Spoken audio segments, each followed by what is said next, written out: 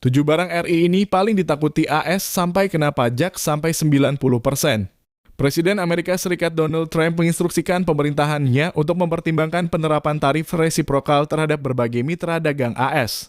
Kebijakan ini berpotensi berdampak pada Indonesia. Trump menandatangani memorandum presiden yang merinci rencananya dalam menerapkan tarif imbal balik kepada mitra dagang AS. Instruksi ini mengarahkan perwakilan perdagangan AS dan Menteri Perdagangan untuk mengusulkan tarif bea masuk baru bagi masing-masing negara guna menyeimbangkan hubungan dagang. Proses pengkajian kebijakan ini diperkirakan memakan waktu berminggu-minggu hingga berbulan-bulan.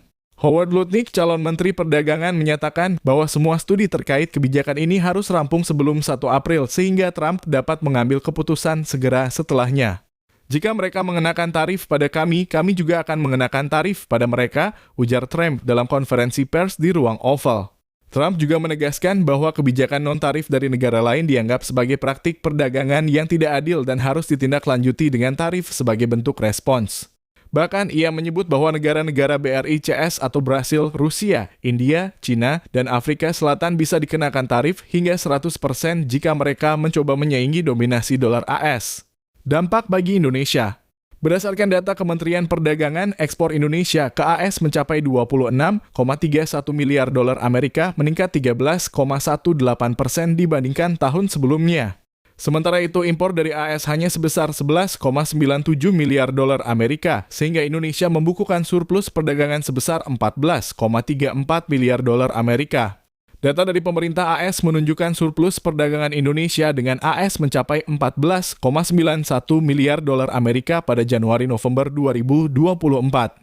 Dengan angka ini, Indonesia masuk dalam daftar 15 negara penyumbang defisit perdagangan terbesar bagi AS, meskipun tidak termasuk dalam 15 besar penyuplai impor karena nilainya relatif kecil.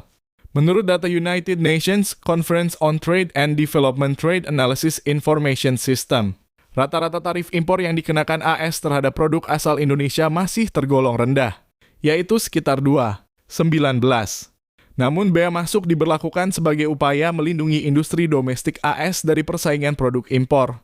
Salah satu kelompok produk Indonesia yang dikenakan tarif tertinggi di AS adalah produk tembakau.